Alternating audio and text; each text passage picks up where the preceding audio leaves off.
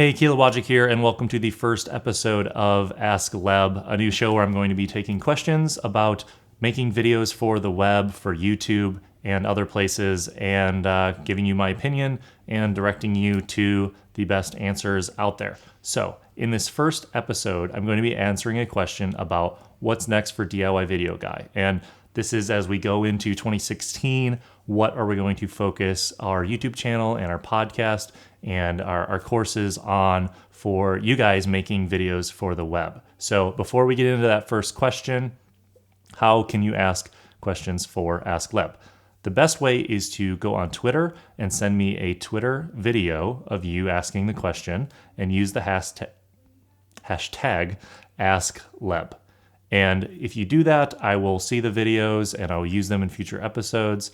And you can do a written response. I would really prefer if you guys send me videos though, so I can play them here live in these episodes. So let's get into the first question. Hey Caleb, this is Barrett Brooks, your friend and mastermind group member. I want to kick off the AskLeb series by asking you, what's next for Caleb Wojcik Films, and what do you think is coming down the pike in 2016?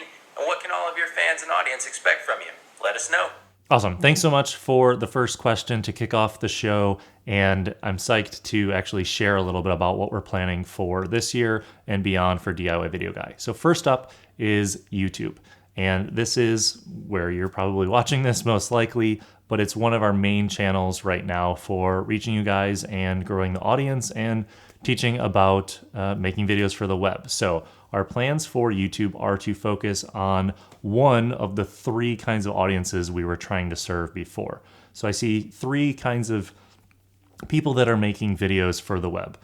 First, you have absolute beginners that maybe just got a camera or are trying to figure out how to use settings and get in front of the camera for the first time.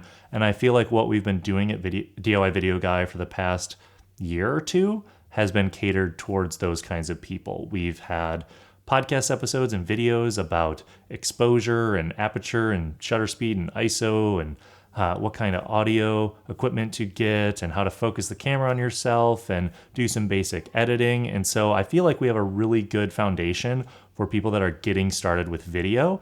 And there's a little bit to work on my end for getting that better organized for people, but it is there in the archives, in the backlog on YouTube or in the podcast and on our blog as well at DIYvideoguy.com. But that's the first kind of group, the beginner group. The third group is filmmakers or people that are making videos for clients. And that's where we make the most of our income here at DIY Video Guy, is doing client work. But more specifically, those people have a lot of resources online. I feel like there are a lot of, obviously there's film schools you can go to, but there are a lot of people that are trying to do what film school does and teach cinematography and filmmaking. And yes, I consume a lot of information and courses, and I'm in communities of people that do that, and that's part of what I'm trying to do. But I don't really feel like I am at a point right now where I should be teaching that stuff, because I'm still learning it and I feel like I'm still a beginning filmmaker. So there are plenty of resources for those people. But in between these people that just picked up a camera for the first time and have made a few videos and people that want to be filmmakers is this middle section of people that I consider video makers. And mainly these people are YouTubers. Possibly they are Viners or they're on some other platform like Snapchat, but YouTubers, for lack of a better term, or video makers, not necessarily film makers, but people that are making short, bite-sized videos for the web. That's what I consider to be my target audience for DIY Video Guy. So everything that we make, whether that's a gear video or it's a podcast episode or some sort of tutorial, that is the lens that I'm going to be looking at all this stuff through. Is this applicable to a YouTuber? Is this helpful to a YouTuber? A friend of mine, Thomas Frank, who runs College Info Geek, has over the past year and a half committed to being a YouTuber, making YouTube videos every single week, and he's grown his audience on YouTube from, I don't know, I think it was less than 10,000 over a year and a half ago to, at the time of recording this, something like 160,000 subscribers with tens of thousands of views on all of his videos that he puts out. And Thomas today at 150, 160,000 subscribers, all the way back to Thomas back at the 5 or 10,000 subscriber level. That's who I want to help. I want to help people like that, as my dog barks, help people like that grow their channel and make better videos. So that's what our focus is going to be on YouTube specifically. We're going to do way more gear videos. We're going to do way more tutorial videos. We'll do a little bit more in the marketing aspect as well. So how to get people to watch your videos, things you can do on YouTube to help people find them right when they come out, as well as over time, and just a lot more videos from us. The next thing we're going to do more of in 2016 is focus on the podcast and making that more applicable to YouTubers. The podcast that we have at DIYvideoguide.com/podcast has 54, 55 episodes so far, and it's focused on a lot of different things. It's focused on filmmaking. It's focused on some of the client work we've done. It's focused on that beginner stuff, the settings and what microphone and camera and lighting you should use.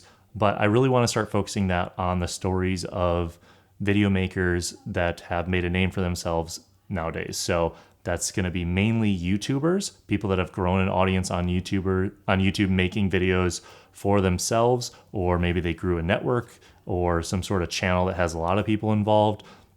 As well as from time to time, we'll have independent filmmakers and other people that are making videos for the web. But I'm going to really focus that podcast on the specific YouTube audience that I've been talking about. Next, we're going to be making more courses, both free and paid this year. So we have a few courses. We have a free gear course for any budget. We have a free Premiere Pro 101 course that you can go through. And then we have some paid courses. We have our video production course, and then we have our Adobe Premiere course that we launched a couple months ago. And we are planning to make even more courses because I think it's great to learn from YouTube and to get little nuggets from here and there of watching people's videos on different channels. But the best way to learn something is to really commit to watching a course. And so that's why I'm putting courses out. And I think there are really good free courses out there that you can actually learn a lot from. And so I'm going to use those to help you guys out and to help grow the audience for more guys and girls making YouTube videos. But some of those topics are going to be around software still. There are more pieces of software that I want to cover. Final Cut Pro 10, ScreenFlow, iMovie, planning to have free or paid courses for each of those.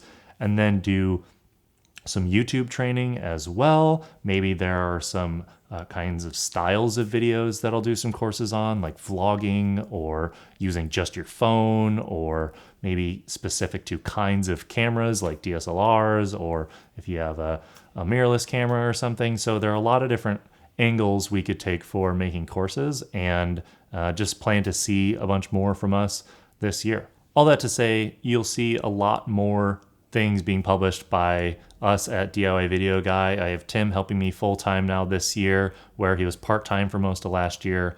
And we have this new room for my office to shoot in. Once we get it all set up and sound dampened a little bit, we will be cranking out more videos.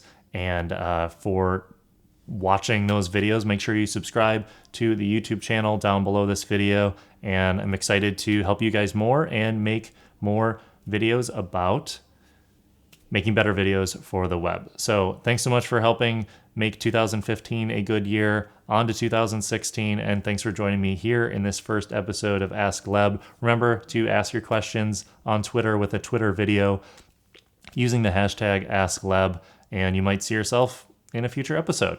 Thanks so much for watching. Cheers.